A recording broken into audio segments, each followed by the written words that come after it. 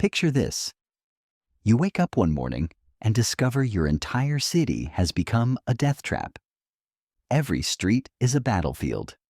Every building could collapse on you at any moment, and the only way out is through an army that wants you dead. Now imagine that happening to 265,000 men at once. That's more people than live in Birmingham, Alabama. More than the entire population of Iceland, all trapped in a single city, slowly dying while two madmen played chess with their lives. This isn't fiction. This is Stalingrad, 1942. And what you're about to hear will change how you think about leadership, decision-making, and the price of human arrogance forever. Here's the number that should haunt you. Of those 265,000 men who entered this nightmare, only 6,000 ever saw home again. That's a survival rate of roughly 2%. 2%. You have better odds of surviving a plane crash, being struck by lightning, or winning the lottery than those men had of living through what was about to happen. But here's what makes this story truly terrifying. This disaster didn't happen because of bad luck or enemy superiority. It happened because of ego. Because of leaders who refused to admit they were wrong, even when the evidence was staring them in the face. Because sometimes the most dangerous enemy isn't the one shooting at you. It's the one giving you orders. Before we dive into how 250,000 men became trapped in hell, let me ask you something. What would you do if your boss ordered you to walk into certain death? Would you follow orders? Would you refuse? Would you even recognize the trap before it was too late? Keep that question in mind, because every man in this story had to answer it. The stage for this catastrophe was set months before the first shot was fired. Germany's war machine was running on fumes by 1942, literally. Oil reserves were dangerously low. Fuel shortages were crippling operations across multiple fronts.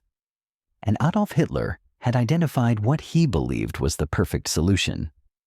The Soviet oil fields around Baku produced nearly 80% of the USSR's petroleum. Capture those fields, and Germany could fuel its empire while strangling its enemy. It was logical, it was strategic, it was also completely impossible with the resources Germany actually had available, but logic wasn't driving German strategy anymore. Symbolism was. And there was one target that captured Hitler's imagination more than any oil field.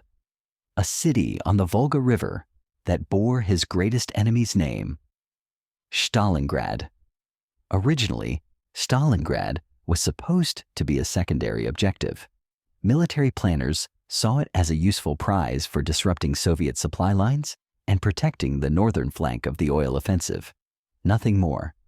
But Hitler became obsessed with the propaganda value of capturing Stalin's city. The humiliation factor was irresistible. Nazi swastikas flying over Stalin's namesake while the Soviet leader watched helplessly from Moscow. This obsession would doom 265,000 men to death. The man who would lead them to their fate was Friedrich Paulus, one of the most tragic figures in military history. Paulus wasn't a Nazi fanatic or a bloodthirsty warmonger. He was a professional soldier in the old Prussian tradition, methodical, competent, and utterly devoted to following orders from superior authority. Paulus had built his reputation as a staff officer, understanding the intricate details of logistics, supply lines, and military administration. The boring but crucial work that keeps armies functioning. He was appointed to command the German Sixth Army, not because of his battlefield heroics, but because of his organizational skills and professional reliability. In other words, he was exactly the wrong man for the impossible mission he was about to receive. The German plan for 1942, codenamed Operation Case Blue, was ambitious beyond belief. Army Group South would split into two separate formations after achieving initial breakthroughs. Army Group A would drive toward the Caucasus oil fields. Army Group B would advance toward the Volga River, capturing key transportation centers including Stalingrad. The numbers involved were staggering. Nearly 1.7 million Axis troops would participate. Over 1,600 aircraft would provide support. It was massive by any standard, though smaller than the previous year's Operation Barbarossa. But the plan had fatal flaws that any competent military analyst could have spotted. The front line would stretch over 1,000 miles, placing enormous strain on supply lines that were already failing to meet current demands.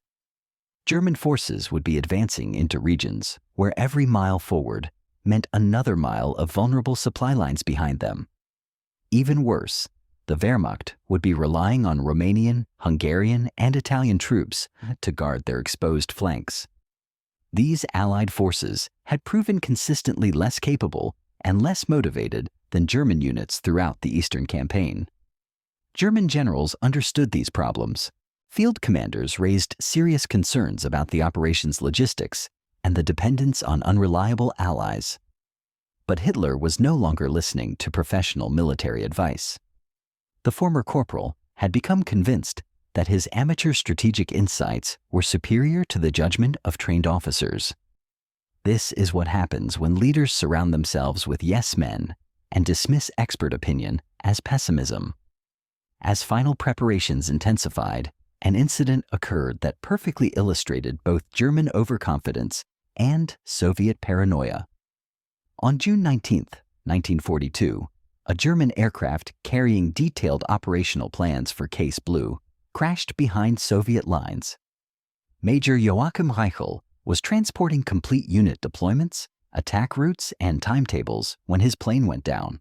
Soviet forces recovered the documents and rushed them to Moscow for analysis. Any rational leader would have immediately recognized this intelligence windfall and prepared appropriate defenses. Stalin did the opposite. His paranoid mind saw deception everywhere. The plans were too detailed, too convenient, too perfectly timed to be genuine intelligence. In Stalin's twisted logic, this had to be an elaborate German trick designed to fool him into weakening Moscow's defenses. He was convinced that Hitler's real target was still the Soviet capital and that everything else was misdirection. Stalin literally had the entire German playbook in his hands and chose to ignore it because it didn't match his preconceptions about German strategy. This intelligence failure would cost hundreds of thousands of Soviet lives and nearly hand Hitler the victory he desperately needed. Meanwhile, Paulus found himself at the center of Hitler's impossible equation. His Sixth Army would advance on Stalingrad as part of the Northern Pincer, tasked with capturing a city that was rapidly becoming the Führer's personal obsession. Everything about the mission violated basic military principles that Paulus had learned during decades of staff work. The overextended supply lines, the weakened flanks, the reliance on wishful thinking instead of careful logistical planning. Paulus could see that the mathematics didn't work. Too much distance, too few resources, too many variables beyond German control. But understanding the problems wasn't the same as having the authority to solve them. The German military tradition emphasized absolute obedience to superior authority. Even when those orders seemed questionable, Paulus had been trained to trust that higher headquarters had information and perspective that field commanders lacked. This mindset would prove tragically inadequate for the situation approaching. The offensive began on June 28, 1942, with devastating initial success. German armor smashed through Soviet defensive positions with overwhelming effectiveness. Soviet forces, caught off guard by the scale and direction of the attack, conducted fighting withdrawals that often resembled routes. For the first few weeks, Case Blue looked like a stunning victory. German forces advanced so rapidly, they were often days ahead of their own supply schedules. Towns and cities fell with minimal resistance as Soviet commanders scrambled to establish new defensive lines further east. Hitler's confidence soared as daily reports brought news of captured territory and demoralized Soviet resistance. But this early success was masking fatal flaws in the German plan.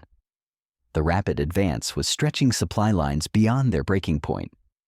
German units were capturing territory faster than supply trucks could follow, leaving advanced formations without adequate fuel, ammunition, or food.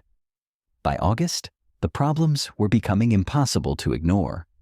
German supply trucks were running on fumes, forced to ration fuel desperately needed for continued operations. Soldiers were stealing food from captured Soviet settlements because their own rations weren't reaching the front lines consistently. But Hitler was about to double down on disaster. On July 23, 1942, Hitler issued Directive No. 45, which would seal the fate of hundreds of thousands of German soldiers. He ordered Army Group South to split into two separate formations as originally planned, but then compounded this error by constantly reassigning units between the two groups without consulting field commanders. This created massive traffic jams on the few usable roads as entire armies tried to pass each other while moving in opposite directions. The road networks in southern Russia were completely inadequate for this kind of massive military movement. Most roads were unpaved tracks that turned into impossible mud during rainfall. German field commanders were furious about these unnecessary complications. They could see that Hitler's constant changes of direction were wasting precious time and resources that could never be recovered. But the German military tradition of absolute obedience meant that even experienced generals had to execute orders they knew were strategically unsound. As German forces struggled with self-imposed logistical problems, Soviet resistance was beginning to stiffen. Stalin had finally begun to realize his intelligence failure and was rushing reinforcements toward the threatened sectors. The Red Army was conducting a fighting withdrawal designed to buy time for new defensive positions to be prepared further east. This new Soviet approach was perfectly designed to exploit the weaknesses in Hitler's strategy. Every mile that German forces advanced stretched their supply lines further and reduced their combat effectiveness. The Germans were winning tactical victories while slowly bleeding themselves to death logistically. But Hitler refused to acknowledge these growing problems. He was fixated on the symbolic value of capturing specific cities, regardless of military cost. Stalingrad had become a particular obsession, its name alone making it irresistibly attractive as a propaganda target. Originally, Stalingrad had been a secondary objective in the Case Blue Plan. Military planners saw it as important for disrupting Soviet transport and protecting the northern flank, but they didn't consider it essential enough to justify a prolonged siege. Hitler saw things differently. For him, Stalingrad represented the ultimate humiliation of Stalin's regime. On July 31st, Hitler made the fatal decision to redirect the 4th Panzer Army back toward Stalingrad after its brief detour to support Army Group A. This created even more confusion and delay, as entire army groups had to reverse direction and fight through the same traffic jams they just navigated. Precious weeks were lost to these unnecessary movements, weeks that could have been used to complete operations before Soviet reinforcements arrived. The delay gave Stalin time to implement one of the most consequential military orders in history. On July 28, 1942, Stalin issued Order No. 227, which would transform the coming battle from a tactical engagement into an apocalyptic struggle for survival. Not one step back. Those 4 words would define everything that followed. Stalin was abandoning the flexible defense that had served the Red Army well during the German advance. Instead, he was ordering his forces to hold their positions regardless of the cost in human lives. Any soldier who retreated without explicit orders would be shot by special blocking detachments positioned behind the front lines. Any commander who authorized a withdrawal would face court-martial and execution. The order read like something from a medieval siege, not a modern military campaign. Stalin was willing to sacrifice entire armies to prevent any further retreat. Military logic was giving way to political desperation and personal pride. As German forces approached the outskirts of Stalingrad in late August, neither Hitler nor Stalin understood what they had created. Hitler's obsession with symbolic victories and Stalin's refusal to accept tactical defeats had combined to create the perfect conditions for mutual destruction. Two massive armies were about to collide in a city that neither could abandon and neither could easily capture. August 23, 1942. 4 in the afternoon. The citizens of Stalingrad heard a sound that would haunt survivors for the rest of their lives. The drone of hundreds of German aircraft approaching from the west. General Wolfram von Richthofen, commanding Luftflotte 4, had been planning this moment for weeks. The cousin of the famous Red Baron from World War I, von Richthofen was himself a decorated pilot and aggressive commander. He'd perfected close air support tactics during the Spanish Civil War and early blitzkrieg campaigns. Now he was about to unleash the heaviest bombing raid on the Eastern Front to that date. The plan was devastatingly simple. Wave after wave of Heinkel 11s, Junkers 80s, and Dornier 200s and 17s would drop a mixture of high explosive and incendiary bombs across the city. The high explosives would destroy buildings and infrastructure. The incendiaries would start fires that would spread quickly through Stalingrad's wooden structures. Von Richthofen intended to create a firestorm that would make the city uninhabitable. The raid involved approximately 1,600 sorties, with German pilots flying multiple missions throughout the afternoon and into the night. This wasn't a single devastating blow. It was sustained destruction that continued for hours as bomber crews returned to base, rearmed, and flew back to attack different sectors. As the first bombs began falling, civilians who had ignored earlier air raid warnings suddenly realized this wasn't another hit-and-run attack. This was systematic destruction on an industrial scale.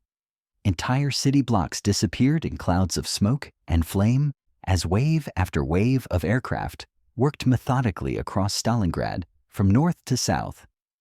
The human cost defied accurate calculation.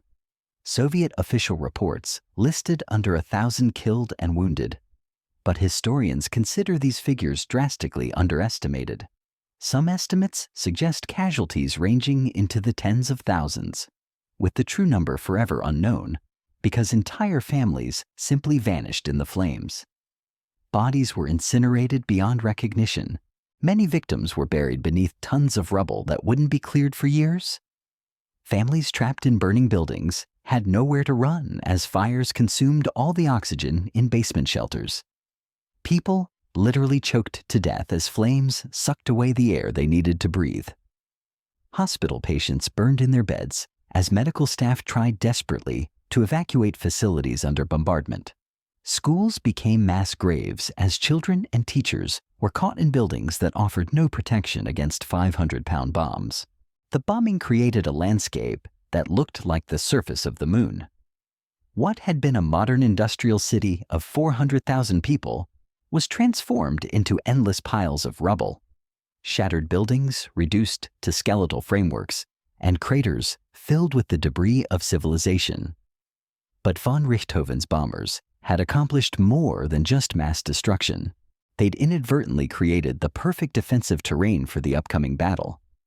The rubble from destroyed buildings created countless hiding places for snipers and machine gun nests. Streets became impassable to tanks as debris blocked every major thoroughfare. What had been designed as terror bombing to break Soviet resistance instead provided Soviet defenders with ideal conditions for urban warfare. Modern warfare had just been transported back to the Middle Ages, coinciding with the bombing raid. General Friedrich Paulus launched his ground assault on the city. The 14th Panzer Corps attacked from the north, while the 51st Corps advanced from the west. German tanks and infantry moved through the suburbs, encountering scattered Soviet resistance that seemed more confused than coordinated. The initial German advance showed promise. Within the first day, advanced elements had fought their way through the northern suburbs and reached positions near the Volga River. German soldiers could see the eastern bank of the Great River that marked one of their furthest advances into the Soviet Union. For a brief moment, it seemed like Stalingrad might fall as easily as other Soviet cities had during the early blitzkrieg campaigns. But the tactical situation proved more complex than early reports suggested. Soviet forces launched immediate counterattacks designed to prevent German consolidation of their gains. The 62nd, 64th, and 1st Guards armies moved quickly to contain German penetrations and prevent the establishment of permanent positions along the river. What had looked like a breakthrough began to resemble a dangerous salient that could be cut off and destroyed. This was urban warfare, as no one had ever experienced it before. Tank crews discovered that their vehicles were almost useless in the rubble-strewn environment, unable to navigate streets blocked by collapsed structures, and vulnerable to infantry attacks from every window and doorway. Panzer commanders trained to fight tank versus tank battles at long range found themselves facing Soviet soldiers armed with anti-tank rifles and grenades at point-blank range. Soviet defenders quickly learned to exploit these conditions. Snipers took positions in the upper floors of damaged buildings, using rubble as camouflage, while they picked off German officers and communications personnel. Machine gun teams established overlapping fields of fire across courtyards and intersections, turning every open space into a killing zone. The advantage that German military technology had provided during blitzkrieg campaigns suddenly evaporated in the ruins of Stalingrad. Stukas couldn't distinguish friend from foe when both sides were fighting in the same building. Tank radios were useless when the enemy was close enough to throw grenades through the hatches. Modern combined arms tactics became irrelevant when the battlefield was measured in rooms and stairwells rather than miles and kilometers. German infantry found urban combat equally challenging and far more personal than anything they'd experienced. Every building had to be cleared room by room, floor by floor, with soldiers never knowing if the next doorway concealed a machine gun nest or booby trap.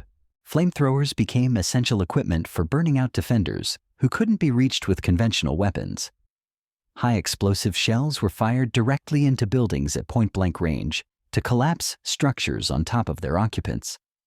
The fighting was so intense and close that soldiers on both sides reported being able to hear their enemies breathing on the other side of walls. Bayonets and entrenching tools became more useful than rifles in hand-to-hand combat that developed when opposing forces met in the same room. Men who had trained to fight battles across miles of open terrain found themselves killing each other with knives and clubs in spaces smaller than most bedrooms. Meanwhile, Stalin's not one-step-back order was being implemented with ruthless efficiency. Soviet blocking detachments armed with machine guns took positions behind their own frontline troops. Any soldier who retreated without explicit authorization would be shot immediately by his own comrades. The psychological impact on Soviet soldiers was devastating. They found themselves trapped between German forces trying to kill them and Soviet forces ready to execute them for cowardice. Many units fought with the desperate courage of men who knew they had no choice but victory or death. But Stalin had calculated that terror could substitute for tactical flexibility. If Soviet soldiers couldn't retreat, they would have to fight harder and longer than they might otherwise choose to do. The blocking detachments weren't just preventing unauthorized withdrawals. They were forcing ordinary men to become heroes through the simple expedient of making heroism the only alternative to immediate execution. The decision to keep civilians trapped inside the city remains one of the most controversial aspects of Stalin's strategy.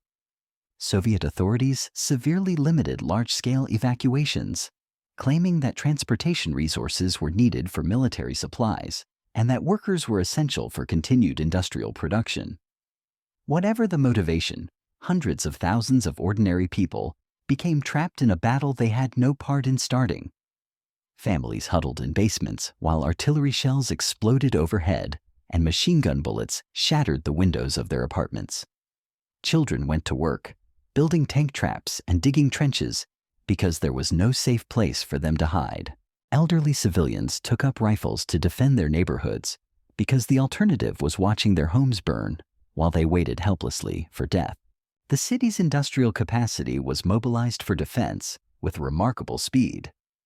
The Stalingrad tractor factories stopped producing agricultural equipment and started manufacturing T-34 tanks, even as German shells fell around the production lines. Workers who had been building civilian goods in the morning were assembling weapons and ammunition by afternoon. Factory managers organized their employees into militia units, turning industrial workers into part-time soldiers who would fight for their factories during the day and operate production lines at night.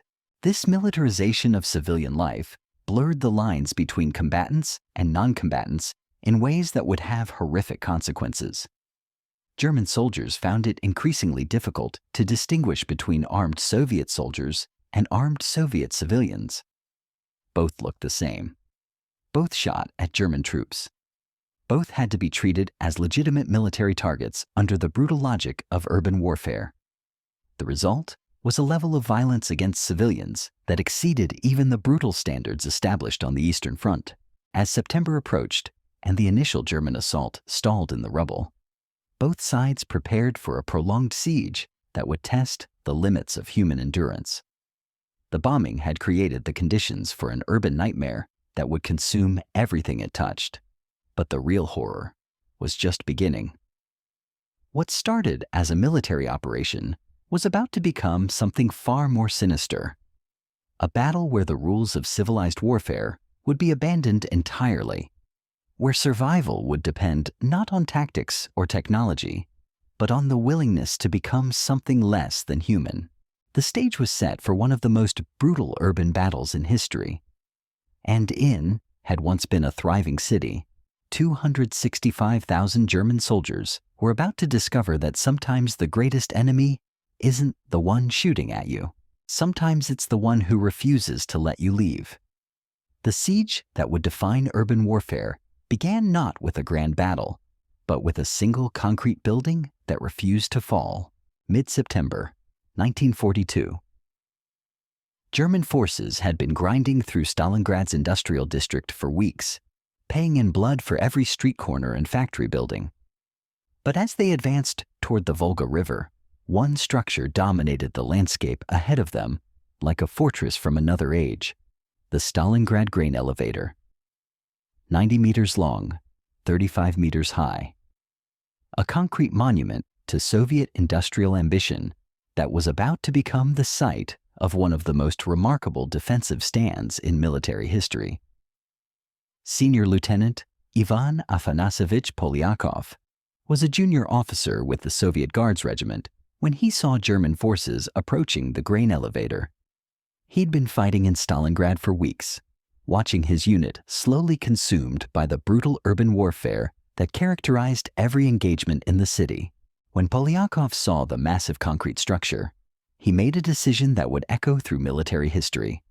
He would occupy that building with whatever men he could gather and hold it as long as possible. The force that followed Polyakov into the grain elevator was a mixed collection of Soviet defenders totaling around 30 men. Some were regular soldiers from his own regiment.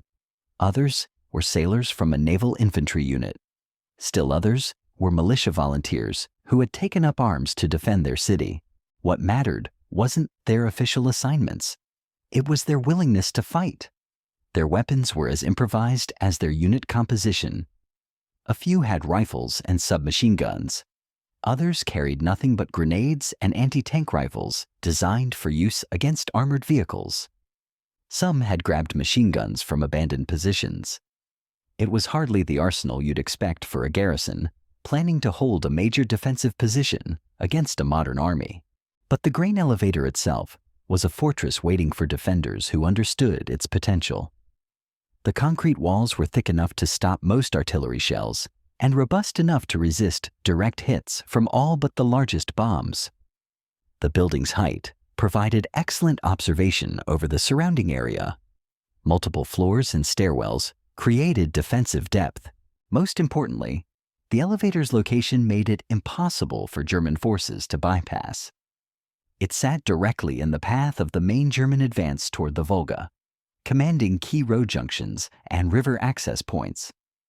Any German unit that tried to advance past the elevator would come under fire from its defenders. Polyakov and what commanders expect. The German attack began in mid-September, with his men had turned themselves into a Korkin defenders. Continue the advance tour The bottle of German ambitions would be routine to their objectives on the river-urban combat. Clear the building, eliminate any. Instead, they encountered resistance that defied every expectation of how desperate defenders should behave when faced with overwhelming odds. The active phase of the siege would last from September 15th to 21st, becoming one of the most intense small unit actions of the entire war. Soviet machine gunners positioned on the upper floors of the elevator opened fire as soon as German infantry came within range. The concrete structure provided perfect protection from German return fire, while offering clear fields of observation over approaching enemy forces. German soldiers found themselves caught in the open, unable to advance across the killing zone around the elevator, and unable to suppress the defenders with the weapons they carried. The supporting better. Soviet anti-German tanks, fared little tank riflemen, had positioned themselves at windows and firing ports throughout the building, creating overlapping fields of fire that covered every approach route. Tank crews discovered that their armor provided little protection against high-velocity anti-tank rounds fired from elevated positions at close range. German commanders quickly realized they faced a more serious problem than anticipated. What should have been a routine building clearance had turned into a siege that was consuming troops and time that Paulus couldn't afford to waste. The German response escalated rapidly. If infantry and tanks couldn't clear the grain elevator, they would use artillery and air power to blast the defenders into submission. Heavy guns were brought forward to bombard the structure at close range, while Stuka dive bombers were called in to attack with 500-pound bombs designed to penetrate reinforced concrete. The artillery bombardment began at dawn and continued throughout each day of the siege. German gunners fired hundreds of shells directly into the grain elevator, turning its concrete walls into Swiss cheese and filling the interior with clouds of dust and debris. But when the artillery fire lifted and German infantry advanced to occupy the ruined building, they discovered that the defenders were still alive and still fighting. The grain elevator's construction had been designed to withstand the weight of thousands of tons of stored grain, making it far more resistant to explosive damage than ordinary buildings. The Soviet defenders had survived the bombardment by taking shelter in the building's strongest sections, emerging to fight again when German troops approached. German soldier Wilhelm Hoffmann, serving with the 24th Panzer Division, recorded his frustration in a diary that would later be captured by Soviet forces. "The elevator is occupied not by men, but by devils that no flames or bullets can destroy," he wrote after another failed assault on the building. The psychological impact on German forces was profound and immediate. These were soldiers who had conquered most of Europe through rapid, decisive victories that broke enemy resistance within hours or days. Now they found themselves stalled by a handful of Soviet defenders who refused to surrender, even when facing impossible odds. Meanwhile, inside the grain elevator, conditions were becoming increasingly desperate. The building had no running water, no electricity, and no communication with Soviet forces outside the structure. Food consisted of whatever rations the defenders had carried with them, supplemented by anything they could scavenge from the ruins around them. Ammunition was the most critical shortage. The defenders had to ration every bullet and grenade, making each shot count, because there would be no resupply from Soviet forces. They learned to collect ammunition from German casualties when possible, stripping weapons and equipment from enemy soldiers who fell within reach of their positions. The siege intensified through the week, with German forces launching multiple attacks each day. On September 18th alone, German units launched 7 separate assaults on the grain elevator. Each one was repelled by the diminishing garrison of Soviet defenders. German forces brought up flamethrowers to burn out the defenders, only to discover that the concrete structure was largely fire-resistant and that the defenders had learned to avoid areas vulnerable to flame weapons. Combat engineers tried to demolish the building with explosive charges, but the defenders managed to prevent German sappers from getting close enough to place their charges effectively. Soviet defenders developed ingenious tactics for maximizing their effectiveness despite impossible odds. They learned to move constantly throughout the building, firing from one position and then quickly relocating before German forces could target their location. Single defenders would simulate the firepower of entire squads by using multiple weapons positioned at different firing ports, creating the illusion of a much larger garrison than actually existed. They used mirrors and pieces of metal to reflect sunlight into the eyes of German marksmen, disrupting enemy accuracy during daylight hours. The defenders also became experts at psychological warfare against their besiegers. They would call out taunts and challenges to German soldiers in broken German, demoralizing enemy troops who were already frustrated by their inability to capture the building. The stalemate was consuming resources that both sides desperately needed for other operations. German forces had committed thousands of troops, dozens of armored vehicles, and massive amounts of artillery ammunition to capturing a single building defended by 30 men. As the siege entered its final days, German psychological warfare specialists decided to try a different approach. Instead of continuing costly frontal assaults, they would attempt to convince the Soviet defenders to surrender through negotiation. German officers recruited Soviet prisoners of war to approach the grain elevator under a white flag and offer terms for surrender. The Soviet collaborators carried a message promising fair treatment for defenders who laid down their arms. German commanders offered medical care for the wounded, adequate food for all survivors, and prisoner of war status under the Geneva Convention. Polyakov's response was immediate and uncompromising. The Soviet defenders would fight to the death rather than surrender to fascist invaders. They had not occupied the grain elevator to negotiate with the enemy. They had come to kill Germans and die for the Soviet Union if necessary. The German assault resumed with renewed fury, determined to overwhelm the remaining defenders through sheer weight of force. Infantry units, supported by armor and artillery, launched coordinated attacks from multiple directions. German casualties from the grain elevator siege were becoming impossible to justify to higher commanders. The 24th Panzer Division alone had lost more men trying to capture this single building than they had lost during entire battles in previous campaigns. Meanwhile, the siege was having effects far beyond its immediate tactical significance. Word of the grain elevator's resistance spread throughout the Soviet forces defending Stalingrad, becoming a symbol of what ordinary soldiers could accomplish through determination and sacrifice. German morale suffered correspondingly across units involved in the siege. Soldiers who had conquered France in 6 weeks were spending more than a week trying to capture a single building from a handful of Soviet defenders. On the night of September 21st to 22nd, Polyakov made the decision that would save the lives of his remaining men. The grain elevator could no longer be held against the massive German forces surrounding it, but the defenders didn't have to die uselessly in a final suicidal stand. Under cover of darkness, they would attempt to break out of the building and escape to Soviet lines elsewhere in the city. 15 Soviet defenders, including Polyakov himself, successfully escaped from the grain elevator and reached friendly lines during the night. The others had died during the siege or were too wounded to attempt the dangerous journey through German-controlled territory.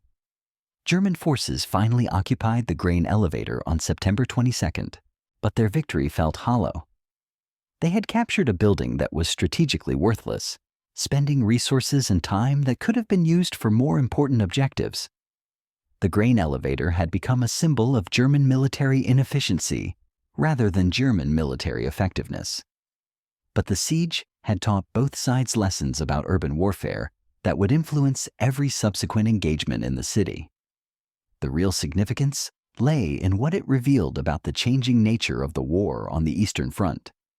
German forces were no longer fighting an enemy that would break and run when faced with superior firepower and tactical skill. They were fighting an enemy that would fight to the death for every building, every room, and every inch of ground. The grain elevator had provided a preview of the urban nightmare that would consume both armies in the ruins of Stalingrad. German commanders began to realize they had walked into a trap of their own making by choosing to fight for Stalingrad building by building. Urban warfare favored defenders who could use terrain and determination to offset technological and numerical disadvantages. The grain elevator siege marked a turning point in the German Sixth Army's fortunes. Every day spent fighting for individual buildings was a day not spent advancing toward strategic objectives. Every casualty sustained in urban combat was a soldier who couldn't be replaced from Germany's dwindling reserves. The 30 men who defended the grain elevator had changed the character of the entire battle. The lessons learned during those 6 days would be repeated thousands of times in factories, apartment buildings, and railway stations throughout Stalingrad. What had begun as a tactical engagement between 30 Soviet defenders and thousands of German attackers had become a template for the most brutal urban warfare in human history. But while German soldiers were discovering the nightmare of urban combat, their high command was about to make decisions that would transform a difficult battle into an impossible trap.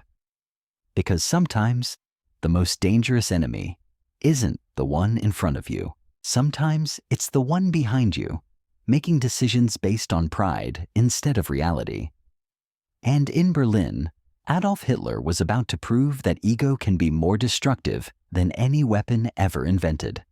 The trap was closing, but the men inside didn't know it yet.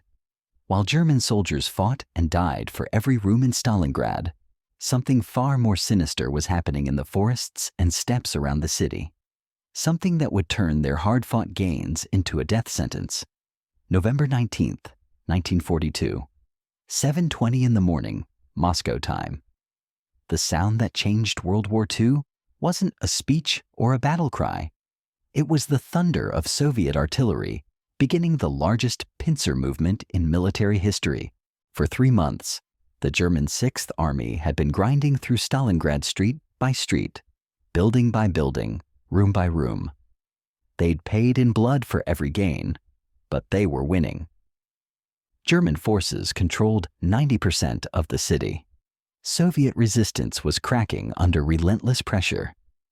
General Friedrich Paulus could almost taste victory as his exhausted troops fought for the last pockets of Soviet resistance along the Volga River. But while German soldiers focused on the urban nightmare directly in front of them, Marshal Georgy Zhukov and General Alexander Vasilevsky had been planning something far more ambitious. Working with the Soviet High Command, Stavka, they had been quietly assembling the largest trap in military history, Operation Uranus, named after the Greek god who was the great-grandfather of Mars, the god of war. The name implied this operation would be all-encompassing, and the Soviets had the forces to make that promise real. Over 1 million men, 13,500 artillery pieces and rocket launchers, nearly 900 tanks, more than 1,000 aircraft. Since September, Soviet forces had been moving into position north and south of Stalingrad under elaborate deception operations and German overconfidence. German intelligence had detected some of this buildup, but Hitler and his commanders dismissed it as defensive preparations designed to protect the city. They were catastrophically wrong. Soviet planners had studied German tactics for 3 years and identified their fatal weakness. The Wehrmacht's success depended on rapid movement and concentrated firepower. But both advantages disappeared when German forces were tied down in prolonged urban combat. While Paulus's army bled itself white fighting for Stalingrad's ruins, their flanks were being guarded by Romanian, Hungarian, and Italian troops who were far less capable than German units. The Soviets intended to crush these Allied armies and trap the entire German Sixth Army in the city they'd been fighting so hard to capture. The plan was elegant in its simplicity. 2 massive Soviet army groups would attack simultaneously. One north of Stalingrad against Romanian Third Army, another south of the city against Romanian Fourth Army. Both attacks would drive west behind German lines, meeting somewhere near the town of Kalach to complete the encirclement. The German Sixth Army would be cut off from supply and reinforcement, trapped in the urban wasteland they'd created through months of devastating bombardment. At 7:20 on November 19th, the northern attack began with devastating artillery preparation. Approximately 3,500 Soviet guns, mortars, and rocket launchers opened fire on Romanian positions north of the city. The bombardment continued for 80 minutes as rolling concentrations of fire systematically destroyed Romanian command posts, communication lines, and defensive positions. The sound could be heard 50 miles away as Soviet artillery methodically prepared the battlefield for the assault to follow. Romanian soldiers had never experienced anything like this industrial-scale destruction. Many of their positions were obliterated under the weight of high-explosive shells, but others fought back with surprising tenacity. Individual courage couldn't overcome the massive disparity in firepower, numbers, and tactical surprise that the Soviets had achieved. When the artillery fire shifted to deeper targets, Romanian defenders saw something that tested even the bravest men's resolve. Dozens of Soviet T-34 tanks were advancing across the snow-covered steppe directly toward their positions. Behind the tanks came waves of Soviet infantry, their winter camouflage making them almost invisible against the white landscape. The Romanians were about to be overrun by forces they had limited ability to stop. Romanian Third Army fought as well as could be expected under the circumstances. Individual units conducted desperate defensive actions against overwhelming odds, trying to hold positions that had been damaged or destroyed by the preliminary bombardment. Anti-tank guns managed to destroy some Soviet armor before being overwhelmed by infantry attacks. But courage and determination couldn't change the fundamental mathematics of the battle. Within hours, Romanian Third Army was in general retreat. While some units maintained good order during their withdrawal, others became disorganized as command structures broke down under the intensity of the Soviet assault. Soviet tank crews reported that they were advancing so rapidly they had to coordinate carefully to avoid outrunning their own infantry support. The northern pincer of Operation Uranus was ahead of schedule before the sun set on the first day. Put yourself in Paulus's position. You're fighting desperately to capture a city when suddenly your entire army is threatened with encirclement. What's the right choice when both options seem impossible? 24 hours later, the southern attack began with equal effectiveness. Over 1,000 Katyusha rockets blasted Romanian Fourth Army positions south of Stalingrad. The multiple rocket launchers, nicknamed Stalin's organs by German soldiers, created a different kind of terror than conventional artillery. Their distinctive shriek, followed by massive explosions, struck both Romanian defensive positions and Romanian morale simultaneously. Soviet forces in the south advanced in a two-pronged formation, designed to bypass Stalingrad entirely while cutting German supply lines to the west. Tank commanders had been ordered to ignore German strongpoints and drive directly toward their objectives, leaving isolated enemy units to be handled by following infantry. Speed was more important than complete destruction. The goal was encirclement, not annihilation of every enemy unit. Romanian Fourth Army faced the same overwhelming odds that had destroyed their northern comrades. Some units fought effectively despite impossible conditions, while others found their positions untenable and withdrew toward German lines. The Soviet advance was so rapid that many Romanian formations were bypassed and cut off before they could organize effective resistance.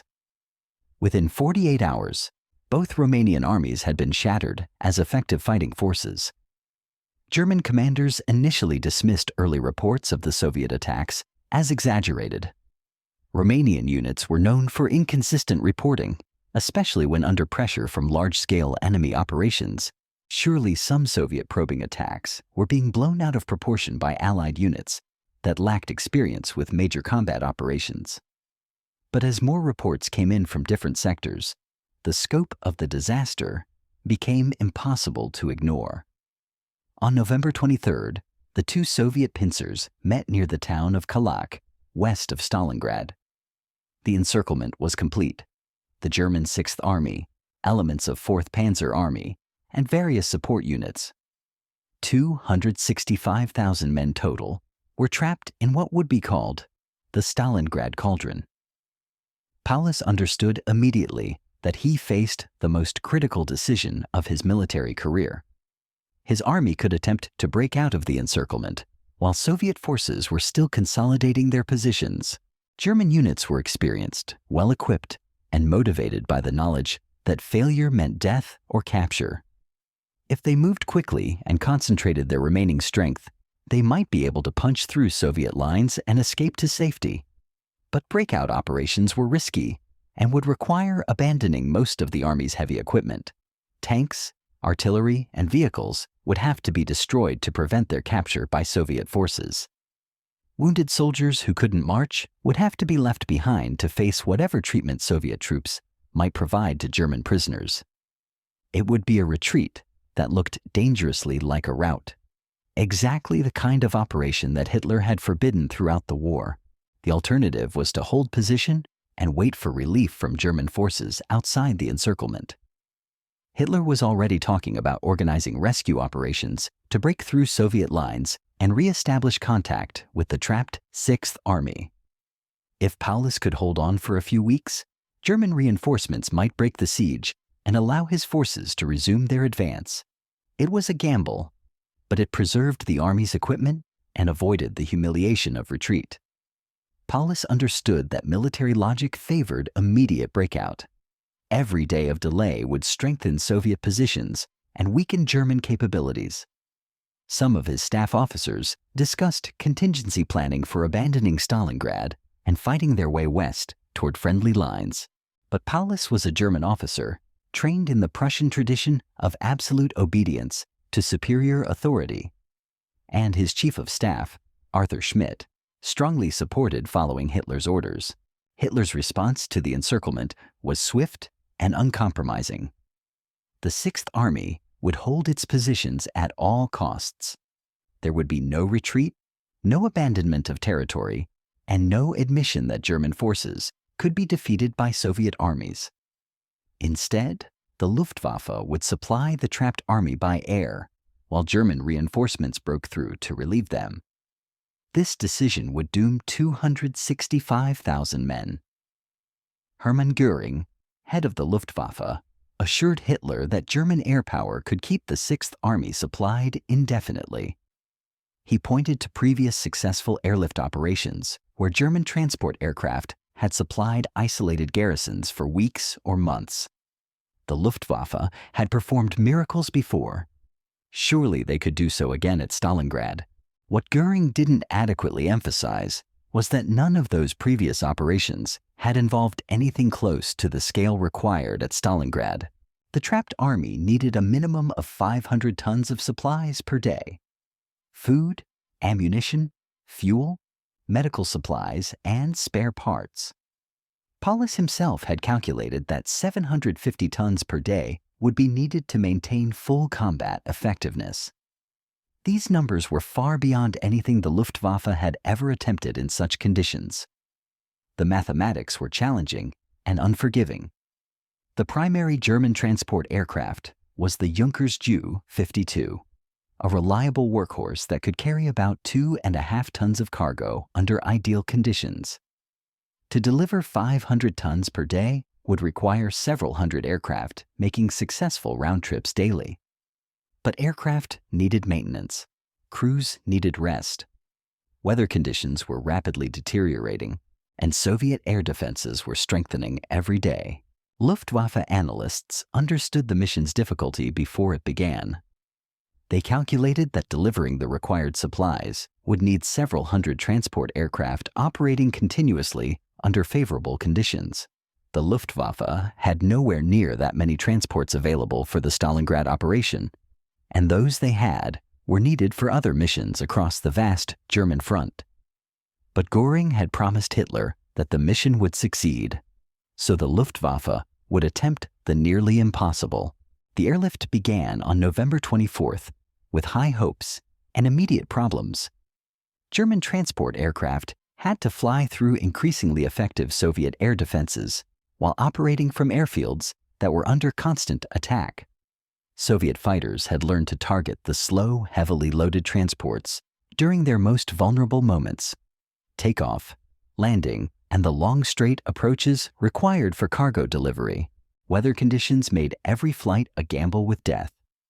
November and December brought blizzards, ice storms, and temperatures that froze aircraft engines and made runways unusable for days at a time. Transport crews found themselves flying through conditions that would ground civilian aviation while carrying loads that pushed their aircraft beyond safe operating limits. Inside the Stalingrad pocket, German soldiers quickly realized that the promised airlift was failing to meet their needs. Instead of the 500 tons of supplies they needed daily, they were receiving less than 100 tons on good days, and nothing at all when weather or Soviet attacks grounded the transport fleet. Rations were cut in half, then cut in half again. As the supply situation became increasingly desperate, fuel shortages meant that German tanks and vehicles became immobile, turning armored units into stationary artillery positions. Artillery batteries had to ration ammunition, firing only at the most critical targets, while Soviet forces grew stronger every day. Medical supplies ran out completely, leaving German doctors to perform surgery without anesthesia and treat wounds with torn clothing used as bandages. The psychological impact on German troops was severe.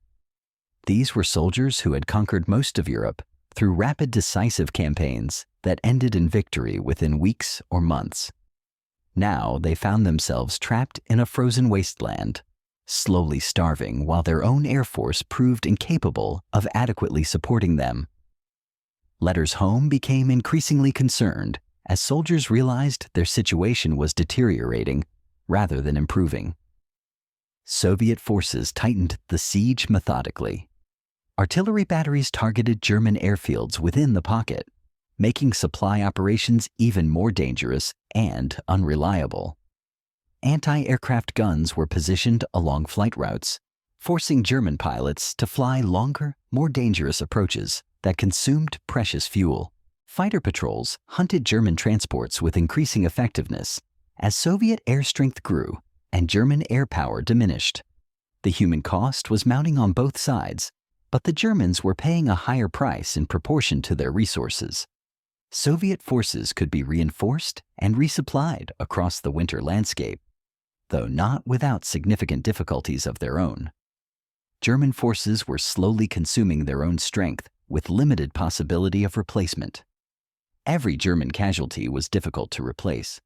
Every piece of destroyed equipment was irreplaceable under current conditions. In late November, German High Command began organizing relief operations from outside the encirclement. Field Marshal Erich von Manstein was tasked with creating Army Group Dawn and breaking through Soviet lines to re-establish contact with the trapped 6th Army. The preparations took several weeks as German forces were assembled from other sectors and organized for the relief operation. Remember that number, 265,000. It wasn't just the size of Hitler's trapped army. It was the exact moment his empire began to die. Those men walked into Stalingrad believing they were conquering a city. Instead, they discovered that empires aren't destroyed by enemies. They're destroyed by leaders who refuse to admit they're wrong. Hitler's obsession with symbols over strategy turned military logic into mass suicide. The irony is perfect and terrible. By trying to capture Stalin's city, Hitler gave Stalin the momentum that would eventually reach Berlin. Today's leaders making decisions based on ego instead of reality should remember Stalingrad. Pride kills more armies than enemy bullets.